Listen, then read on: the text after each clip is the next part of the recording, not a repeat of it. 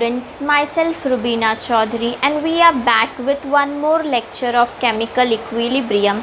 Student, in our previous lecture we have discussed a very basic introduction about chemical equilibrium. We have tried to understand the concept of a equilibrium. What is equilibrium exactly? So from there we came to know there are two type of reaction. One is known as a reversible reaction and another one as a irreversible reaction. Student, in reversible reaction we have seen they can move forward, and as well as if we slightly change our condition they can move backward. And in equilibrium position is obtained when rate of forward reaction is equal to the rate of backward reaction. This is what we have seen in our previous lecture. तो जब बेटा equilibrium की position maintain हो जाती है तो साथ में आपने ये भी देखा होगा the movement position of equilibrium is maintain, उसके बाद आपको कोई चेंज नज़र नहीं आएगा अपने रिएक्शन में. एवरीथिंग विल बिकम स्टेबल हो जाएगा कुछ टाइम के लिए. बट फिर हमने एग्जाम्पल लिया था, टग ऑफ वॉर गेम का एग्जाम्पल लिया था, दो बच्चों के अंदर आने का बाहर जाने का एग्जाम्पल लिया था. वहाँ पे हमने क्या देखा था स्टूडेंट्स की जैसे ही बच्चे अंदर बाहर कर रहे हैं तो उस टाइम पे नंबर्स तो नहीं चेंज हो रहा है, मतलब वो जो पोजीशन है वो तो नहीं बदल रही है. अगर 20 बच्चे हैं तो 20 ही अंदर हैं, बट कंटिन्यूसली काम होता रहा है. बिल्कुल वही केमिकल इक्विलिब्रियम में भी होता है कि पोजीशन चेंज नहीं होती है, but it is a dynamic process, it keeps on happening. हमें सिर्फ और सिर्फ रिजल्ट देखने को नहीं मिलता है. तो हमने डेफिनेशन पढ़ा था केमिकल इक्विलिब्रियम का, when there is no change in the concentration of reactant और प्रोडक्ट. जब तुम्हारा ना तो रिएक्टेंट का कंसंट्रेशन बदले ना प्रोडक्ट का कंसंट्रेशन बदले, at that position a position of equilibrium is establish. और उसी जगह पे हम क्या कहते हैं, पोजीशन ऑफ इक्विलिब्रियम जो है बच्चा वो एस्टैब्लिश हो गया है. तो आज बेटा हम जो पढ़ने वाले हैं, हम दो चीज़ें पढ़ने वाले हैं. एक तो rate of a chemical reaction, किसी भी केमिकल रिएक्शन का हम रेट कैसे लिख सकते हैं, और साथ साथ में हम एक बहुत इम्पॉर्टेंट और पहला लॉ पढ़ने वाले हैं which is known as a law of a mass action, and we are going to see this one by one. तो सबसे पहले हम देखेंगे कि rate of a chemical reaction जो है वो कैसे लिखा जाता है. तो अभी के लिए हम जो पढ़ने जा रहे हैं that is rate of chemical reaction. जब भी आप कोई केमिकल रिएक्शन परफॉर्म करते हो, एनी केमिकल रिएक्शन, तो उस टाइम पे वो रिएक्शन कितने टाइम में होगा, उस रिएक्शन होने को कितना वक्त लगेगा, स्पीड क्या होगी रिएक्शन की, एक बहुत इंपॉर्टेंट फैक्टर होता है स्टूडेंट्स, राइट. तो हम rate of a chemical reaction में समझेंगे कि किस तरह से किसी भी रिएक्शन का रेट जो है वो निकाला जा सकता है.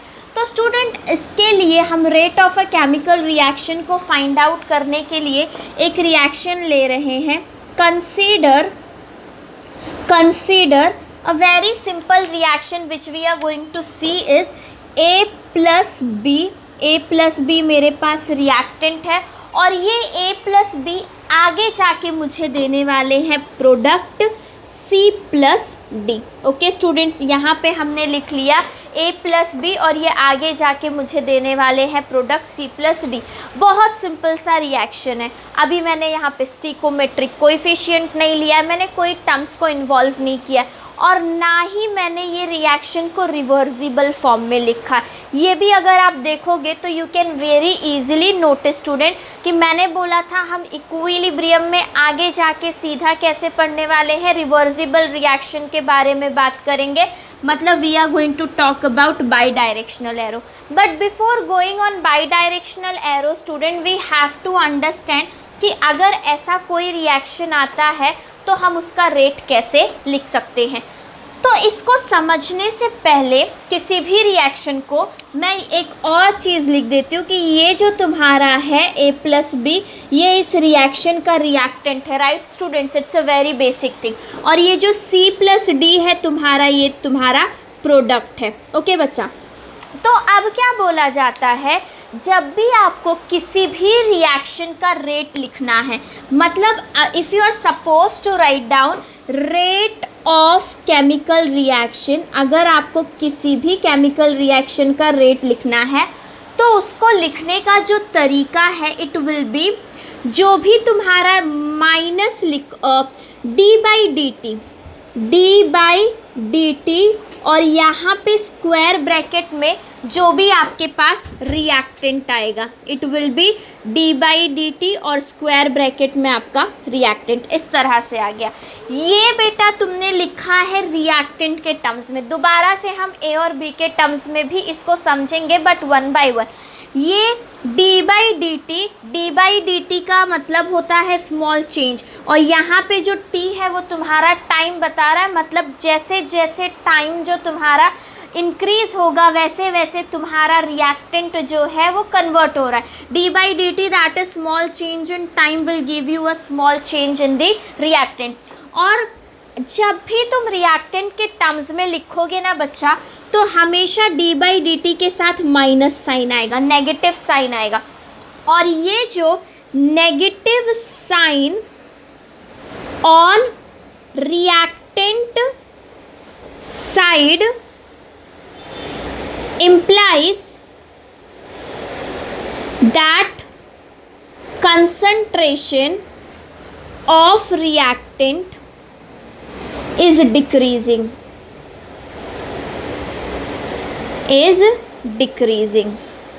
ओके बच्चा, यहाँ पे तुमको बोला गया है कि जो नेगेटिव साइन है, इस नेगेटिव साइन का मतलब ये होता है कि धीरे धीरे जैसे रिएक्शन आगे की तरफ हो रहा है तुम्हारा रिएक्टेंट जो है वो डिक्रीज़ हो रहा है।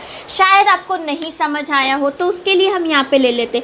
सपोज़ कर लो तुम्हारे पास रिएक्टेंट आर है और वो तुमको देने वाला है प्रोडक्ट पी। तो इनिशियली बच्चा तेरा रिएक्टेंट 100 होगा तो तेरा प्रोडक्ट क्या होगा, 0 होगा। Product is always going to be 0 at the start of a chemical reaction, क्योंकि प्रोडक्ट साइड पे तो कुछ है ही नहीं। फिर धीरे धीरे क्या होगा, प्रोडक्ट से चीज़ें, रिएक्टेंट से चीज़ें ट्रांसफ़र होती जाएंगी किसकी तरफ, प्रोडक्ट की तरफ। तो ये 90 हो जाएगा, ये 10 हो जाएगा, ये 80 हो गया, ये 20 हो गया, ये 70 हो गया, ये 30 हो गया। राइट बेटा, तो ऐसे अगर तुम देखोगे तो what you will see, reactant की तरफ चीज़ें डिक्रीज़ हो रही हैं। क्योंकि वो डिक्रीज़ हो रही है that's why we are giving this negative sign. Negative sign on the reactant side implies that concentration of a reactant is decreasing. अगर कभी भी तुम्हें किसी रिएक्टेंट के टर्म में rate of a chemical reaction लिखना है तो minus D by D T reactant. I will show you 2-3 examples, आपका पूरा कंसेप्ट जो है वो क्लियर हो जाएगा। ये तो रिएक्टेंट के बारे में हुआ। इज इक्वल टू अब अगर मुझे प्रोडक्ट का लिखना है तो my whole thing D by D T will remain same, और यहाँ पे मैंने अब स्क्वायर ब्रैकेट में लिख देना है product. Okay students, square bracket में मेरे पास क्या आ गया, प्रोडक्ट। लेकिन बेटा अगर तुम यहाँ पे नोटिस करोगे योर रिएक्टेंट इज डिक्रीजिंग। जब तुम्हारा रिएक्टेंट डिक्रीज हो रहा था साइमल्टेनियसली उसी टाइम पे तुम्हारा प्रोडक्ट क्या हो जाता है, इंक्रीज हो जाता है। तो क्योंकि यहाँ पे नेगेटिव साइन डिक्रीज शो कर रहा है, यहाँ पे हम प्रोडक्ट साइड पे पॉजिटिव साइन देते हैं और वो positive sign my dear student increase show करता है। तो यहाँ पे I will write down positive sign on product side shows that concentration of product increases with increase in time। अभी भी बहुत सारा कन्फ्यूजन हो सकता है कि ये क्या लिखा हुआ है एंड ऑल दैट। सिर्फ ये याद रखो, जब भी तुम रिएक्टेंट के टर्म्स में चीज़ें लिखोगे it will be always minus D by D T, और जब तुम प्रोडक्ट के टर्म्स में लिखोगे तो it will be plus D by D T. अब बेटा अगर मुझे इस a प्लस बी का लिखना है तो how I am going to write down, let us see. तो सबसे पहले हम लोग इस a प्लस बी का एग्जाम्पल लेते हैं। बच्चा इस पूरे रिएक्शन का अगर तुझे रेट ऑफ अ रिएक्शन लिखने बोले तो you will write down rate of reaction is equal to अब उसने बोला था reactant, but you can see here I am having 2 reactant, मेरे पास कितने रिएक्टेंट है, 2 रिएक्टेंट है। तो rather than writing down A B together I am going to write down it separately, right, this is very obvious, plus sign ये दोनों को separate कर रहा है। तो बेटा one thing is for sure, since it is on reactant side I am going to put a negative sign, okay, and along with that d by dt, that concentration changes with change in time, small change in time, small change in concentration। जहाँ पे आपने reactant लिखा था ना उस time, वहीं पे उसी जगह पे आपको प्लेस कर देना है a। So this is your minus D by D T और ये आ गया आपका a। Are you getting my point students? a plus B को साथ में नहीं लिखा तो that might comes in your mind कि ये b का क्या होगा। b का कुछ नहीं होगा, जैसे तुमने a को लिखा है ना वैसे ही तुम b को लिख दो, minus D by D T of b, ये तुम्हारा ऑल टुगेदर रिएक्टेंट है। अब तुम बोलोगे कि कैसे पता चलेगा रिएक्टेंट है कि प्रोडक्ट का साइन है, तो क्योंकि हम माइनस साइन जहाँ जहाँ डालेंगे दैट मीन्स कि ये प्रोडक्ट दे रहा है। अब अगर यहीं पे a plus B plus E होता तो I would have written minus D by D T square bracket में e, right students. Now what we have to see कि अब तो रिएक्टेंट का हो गया, रिएक्टेंट के बाद मुझे किसका लिखना है, प्रोडक्ट का। तो तुम वैसे तो एक लाइन में भी लिख सकते हो और व्हाट यू कैन डू, तुम पहले अलग अलग लिखो और फिर साथ में लिख दो। Since it is very easy हम लोग एक ही लाइन में लिख देते हैं।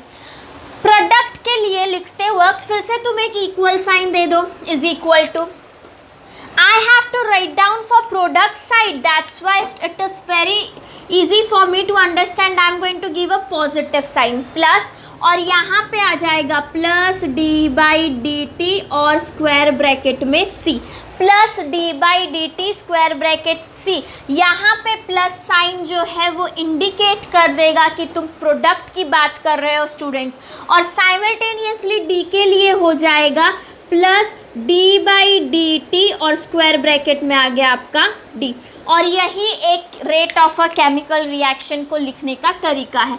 This is a way how you can write down a rate of any chemical reaction. Okay students, ये आ गया हमारे पास एक सिंपल टर्म्स में अगर हम लिखें। अभी यहाँ पे और भी बहुत सारी चीज़ें हो सकती है, like there are so many thing, there are stoichiometric coefficient and N number of things, but for now हम स्टाइकोमेट्रिक कोएफिशिएंट को निगलेक्ट करके देखते हैं कि कैसे लिखा जाएगा। For example H plus Cl will give me HCl, ऐसा तो होता नहीं है रिएक्शन, तुमको भी पता है हम 2H लेते हैं और यहाँ पे अपने पास Cl2 होता है।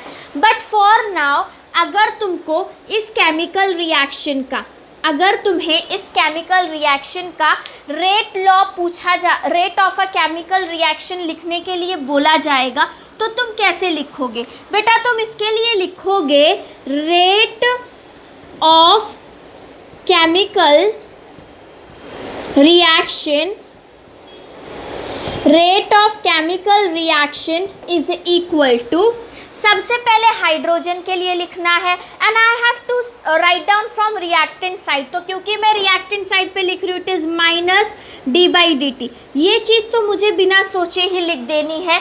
फिर इसके बाद क्योंकि हाइड्रोजन है H आ जाएगा और फिर बाजू में उसके क्लोरीन के लिए मुझे फिर से लिखना पड़ेगा। So when I am writing down for chlorine it is minus D by D T और यहाँ पे आ गया Cl। ओके स्टूडेंट्स, और अब मेरा रिएक्टेंट का कंप्लीट हो गया लिख के, तो लास्ट में मैं किसके लिए लिख रही हूँ? प्रोडक्ट के लिए लिख रही हूँ plus D by D T of HCl।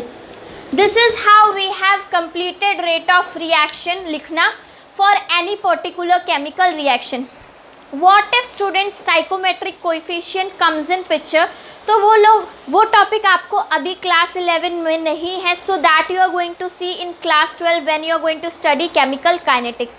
बेटा केमिकल इक्विलिब्रियम बहुत इंपॉर्टेंट चैप्टर है बिकॉज ये बेस है क्लास 12 के बहुत सारे चैप्टर्स का, तो you have to understand every concept for now. तो इस तरह से हमने किसी भी केमिकल रिएक्शन का रेट लिखने को सीखा है. Rate of a chemical reaction, they can give you any chemical reaction and at that particular time they will tell you to write down how to write down rate of a chemical reaction. Very simple, minus d by dt h. अब for students ऐसा भी हो सकता है, some of you will be very desperate to know अगर stoichiometric coefficient आ जाता है तो क्या करेंगे. Let us do one simple example of this only in terms of stoichiometric coefficient so that you get a rough idea कि अगर stoichiometric coefficient आता है तो क्या सीन होने वाला है. ओके बेटा, तो अब हम एक्चुअल रिएक्शन कुछ इस तरह से लिख सकते हैं. 2HCl plus Cl2 will give, we will take an example such as H2 plus Cl2 और ये मुझे दे देगा 2HCl. ओके बेटा, ये मेरे पास रिएक्शन आ गया. अब यहाँ पे H2 तो कुछ नहीं है, H2 इज नथिंग बट वो जो तुम्हारा A था ना वही है. B भी कुछ नहीं है, लेकिन ये जो 2HCl है ना इसका मतलब हो गया 2C. यहाँ पे अगर तुम्हारे इसके पहले जो नंबर आता है, जैसे यहाँ पे 1 है, यहाँ पे 1 है, यहाँ पे 2 है, तो अगर ये नंबर्स आ जाते हैं, स्टिकोमेट्रिक कोएफिशिएंट आ जाते हैं, तो इन दैट पर्टिकुलर केस हम कैसे rate of a chemical reaction लिखेंगे, that I am going to tell you for now. तो बच्चा अभी मुझे अगर इसका लिखना है ना तो आई will write down rate of chemical reaction is equals to, since I am going to first tell you of the reactant side, it will be minus d by dt. बेटा इतने टाइम तक तो समझ जाना चाहिए माइनस क्यों आता है. Minus D by D T, ये जो तेरा हाइड्रोजन है ना, जो आपका हाइड्रोजन है H2, इसको ऐसे ही लिखना है H2, 2H नहीं है, H2 है, तो it will come as it is H2. Okay, और फिर सिमिलरली तुम्हारा क्लोरीन आ जाएगा minus D by D T of Cl2 is equal to plus D by D T. और I will write down here, product के लिए मैं यहाँ पे लिख रही हूँ plus D by D T, और आ गया इधर HCl. ये तो मैंने एक के लिए लिख दिया plus D by D T of HCl, लेकिन अगर स्टाइकोमेट्रिक कोएफिशिएंट 2 दिया है तो उसका क्या करेंगे बेटा. हमें अगर एक के लिए 5 सेकेंड लग रहा है तो 2 के लिए कितना सेकेंड लगेगा, 10 सेकेंड लगेगा, राइट. तो जो भी स्टाइकोमेट्रिक कोएफिशिएंट होता है ना, indirectly you have to multiply it with time, तो that's why it comes as 1/2.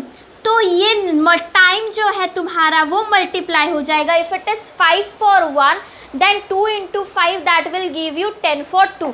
इस तरह से तुम जो है ये पूरा रेट ऑफ रिएक्शन लिखते हो. किसके लिए, किसी भी केमिकल रिएक्शन के लिए. तो केमिकल इक्विलिब्रियम में सबसे पहले आपको rate of a chemical reaction लिखना बताया गया है. Okay student, I hope it is clear for you to write down rate of a chemical reaction. Rate of a chemical reaction का जो फर्दर टॉपिक है ये आप अपने क्लास 10 में, क्लास 12 में जब आप केमिकल काइनेटिक्स पढ़ोगे तो ये टॉपिक को आप दोबारा से और डिटेल में पढ़ने वाले हो. Okay students, I hope everything is clear so far. If you want to take screenshot please. Okay, now we are going to write down beta law of a mass action. ये एक पहला law था जो chemical equilibrium में आया है, law of a mass action. तो what does this law tell us? Let us try to understand. बहुत सिंपल सा लॉ है and yet easy to understand. So let us see what does this law exactly try to tell us. तो हमारा जो topic है, our topic is law of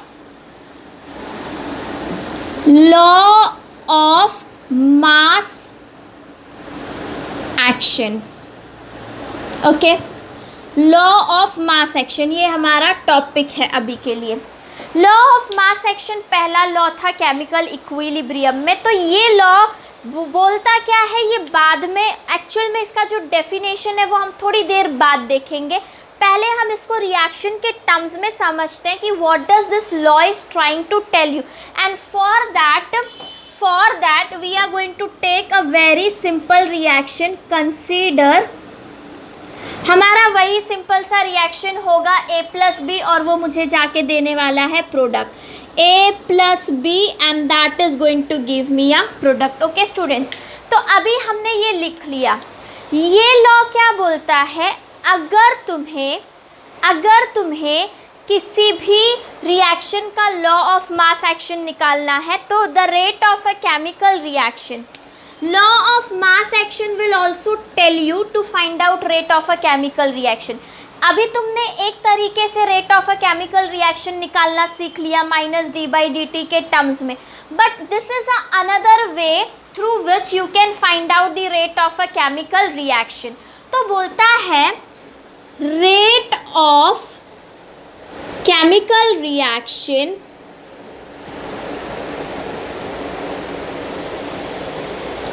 is directly proportional, rate of chemical reaction is directly proportional to the product. ये दोनों का product, तो ये दोनों क्या है, to the product of a reactant. rate of a chemical reaction is directly proportional to the product of reactant concentration. Okay students, तो पहले हम एक के टर्म में पढ़ेंगे and then we will talk about another. तो पहले बार अगर हम लोग बात करें तो व्हाट इट इज सेइंग कि तुम्हारा जो रिएक्शन है, अभी अगर मुझे इसी का रेट लॉ लिखना है ना by the term of law of mass action, अगर मुझे इस रिएक्शन का बोले कि right rate of a reaction in terms of law of mass action, तो मैं क्या लिखूंगी, रेट इज इक्वल टू, मतलब रेट इज डायरेक्टली प्रोपोर्शनल. बोलता है rate of a chemical reaction is directly proportional, तो मैंने rate of a chemical reaction को डायरेक्टली प्रोपोर्शनल कर दिया प्रोडक्ट ऑफ रिएक्टेंट कंसंट्रेशन. जो भी तुम्हारा रिएक्टेंट है उसी का क्या है, प्रोडक्ट है. रिएक्टेंट का मतलब A का और B का प्रोडक्ट, यही तुम्हारा law of a mass action बोलता है बच्चा. बहुत सिंपल है, रिएक्टेंट का प्रोडक्ट ऑफ रिएक्टेंट कॉन्सेंट्रेशन, दोनों का प्रोडक्ट ले लिया, and this is what law of mass action is all about. किसी भी केमिकल रिएक्शन का अगर तुम्हें लॉ ऑफ मास एक्शन निकालना है तो जो भी उसके रिएक्टेंट की तरफ है उन दोनों रिएक्टेंट का, तीनों रिएक्टेंट का प्रोडक्ट निकाल लो, आपको लॉ ऑफ मास एक्शन मिल जाएगा. अब बेटा अगर मैं प्रोपोर्शनैलिटी को हटा देती हूँ तो मुझे रेट इज इक्वल्स टू के, और यहाँ पे A आ जाएगा और यहाँ पे बच्चा क्या आ जाएगा, B आ जाएगा. Okay, this is also another thing that you can सी. अब क्योंकि तुमने प्रोपोर्शनैलिटी हटाया तो तुमने कांस्टेंट यूज़ करा, लेकिन जब हम केमिकल इक्विलिब्रियम की बात करते हैं तो केमिकल इक्विलिब्रियम में हम एक अलग टाइप का कांस्टेंट यूज़ करते हैं, and that is known as Kc. We use Kc. तो what does a word Kc means, या Kc का मतलब क्या होता है, Kc is nothing but concentration constant. अभी बच्चा देखो, from very initially what I am doing is, मैं जितना भी केमिकल रिएक्शन लिख रही हूँ उसको स्क्वायर ब्रैकेट में लिख रही हूँ. स्क्वायर ब्रैकेट हमेशा क्या बताता है, कॉन्सेंट्रेशन. स्क्वायर ब्रैकेट हमेशा कॉन्सेंट्रेशन बताएगा, and concentration always take place in liquid. Okay बच्चा, तुम्हारे केमिकल इक्विलिब्रियम में जितने सारे मेजर रिएक्शंस होंगे, those major reactions will be in liquid state. Solid state में equilibrium is never establish, whereas gaseous state में होता है. बट जब भी स्क्वायर ब्रैकेट आ रहा है तो that square bracket always implies कि you are going to use a liquid. जहाँ जहाँ तुम ये स्क्वायर ब्रैकेट यूज़ कर रहे हो वो कॉन्सेंट्रेशन बता रहा है. तो हम Kc, ये हमारा स्पेसिफिक कांस्टेंट है जो हम देखते हैं, and we write down it as a Kc is a concentration constant, and this tell me कि मेरा रिएक्टेंट जो है वो लिक्विड स्टेट में था. बेटा मेरा जो रिएक्टेंट है वो लिक्विड स्टेट में था.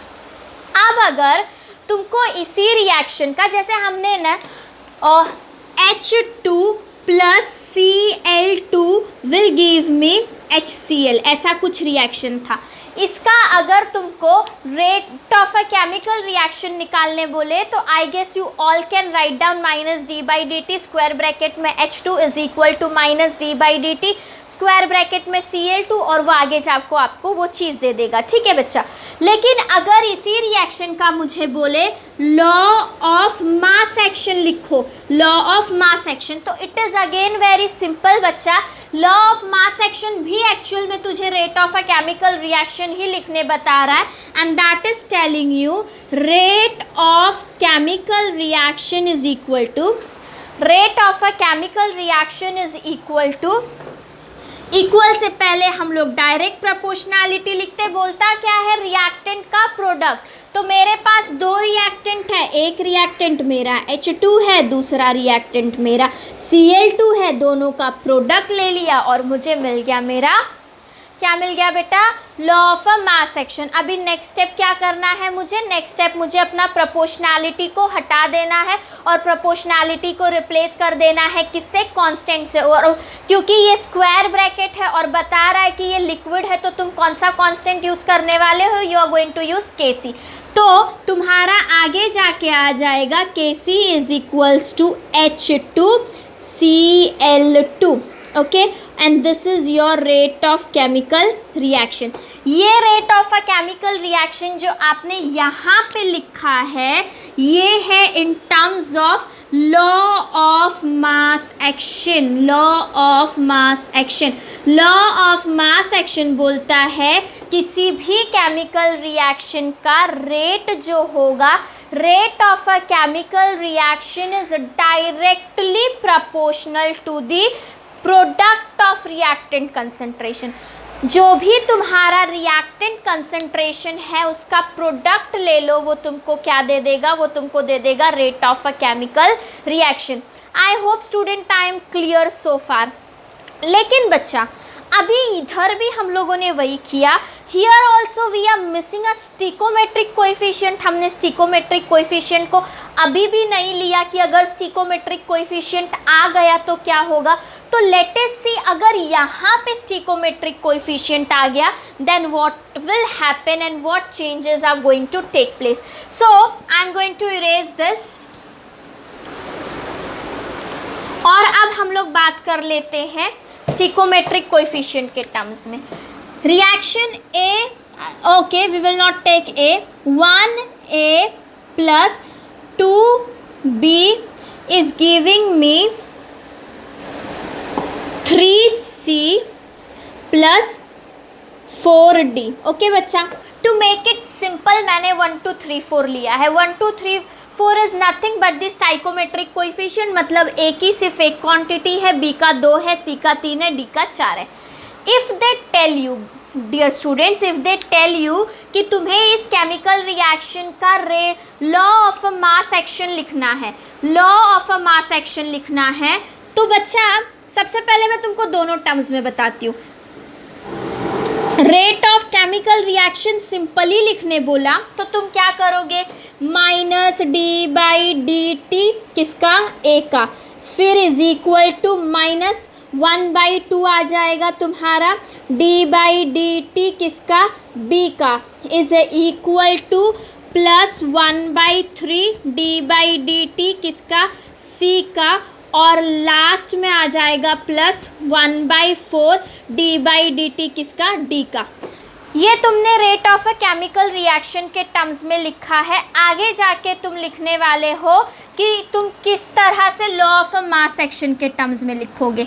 लॉ ऑफ मास एक्शन, जब तुम लॉ ऑफ मास एक्शन के टर्म में यही सेम चीज़ लिखना चाहते हो तो लॉ ऑफ मास एक्शन तुमको प्रोडक्ट इग्नोर करने बोल रहा है सिंपली अभी के लिए। तो तुम क्या लिखोगे, law of mass action is directly proportional to reactant का प्रोडक्ट, मतलब ए का प्रोडक्ट इनटू बी का प्रोडक्ट। ये तो अपने को पता था।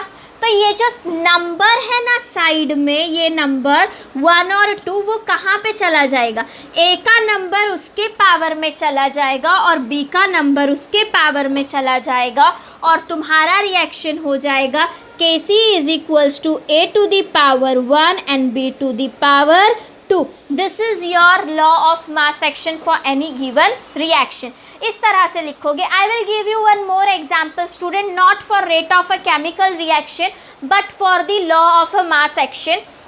अभी अगर तुम्हें केमिकल रिएक्शन देता है N2 + 3H2 और ये तुमको आगे जाके मैं भी यूनिडायरेक्शनल एरो यूज़ कर रही हूँ, बाद में बाई डायरेक्शनल भी करके आपको दिखाऊंगी. ऐसा लिखा और लिख दिया 2NH3. अभी मान लो इसका तुम्हें अगर law of a mass action लिखने बोल रहा है, तो जब तुम इसका law of a mass action लिखोगे तो you will write down rate of chemical reaction. बच्चा दोनों में ही यही चीज़ लिखनी है, rate of a chemical reaction is equal to पहले चाहो तो डायरेक्ट इक्वल के टर्म में लिख लो या प्रोपोर्शनैलिटी कांस्टेंट यूज़ करके दिखाओ. यहाँ पे स्क्वायर ब्रैकेट में N2 और यहाँ पे H2, लेकिन H के बाजू में 3 है तो वो 3 तुम्हारा पावर में चला गया. N के ऊपर सिर्फ कुछ नहीं था तो you have wrote it as 1. तुम 1 लिख के भी इसको छोड़ सकते हो, अदरवाइज ये हो गया. अब क्या करना है, प्रोपोर्शनैलिटी को हटाना है तो Kc बता रहा है लिक्विड में सारा मामला है, ये 1 और ये आ गया तुम्हारा H2 और उसके पावर में 3 और ये आ गया तुम्हारा rate of a chemical reaction. Okay students, तो इस तरह से हमने law of a mass action को कंप्लीट कर लिया है. तो हमने आज के टॉपिक में 2 चीज़ें देखी हैं, एक तो rate of a chemical reaction और दूसरा हमने देखा है law of a mass action. दोनों तुम्हें rate of a chemical reaction ही लिखना बता रहे but in a different way. अब बेटा तुमने देखा होगा यहाँ पे एक बहुत ही अलग सी चीज़ और वो Kc है. मतलब मैंने बोला वो लिक्विड के लिए कांस्टेंट है, लेकिन क्या वैल्यू होगी Kc की हमें वो भी तो पता होना चाहिए, राइट स्टूडेंट. तो in our next lecture we are going to do a very important derivation और उस डेरिवेशन में हम Kc जो ये तुम्हारा कांस्टेंट है ना, Kc इज कंसंट्रेशन कांस्टेंट और इसी को हम इक्विलिब्रियम कांस्टेंट भी बोलते हैं. We also call it as a equilibrium constant. आगे जाके हम इक्विलिब्रियम कांस्टेंट की वैल्यू मतलब इसके ऊपर डेरिवेशन करने वाले हैं. It is a very important derivation और वो चैप्टर का तुम्हारे एक बहुत इंपॉर्टेंट डेरिवेशन है जो हम अपने नेक्स्ट लेक्चर में देखने वाले हैं. Okay student, that's all for today. Thank you and keep watching my lectures.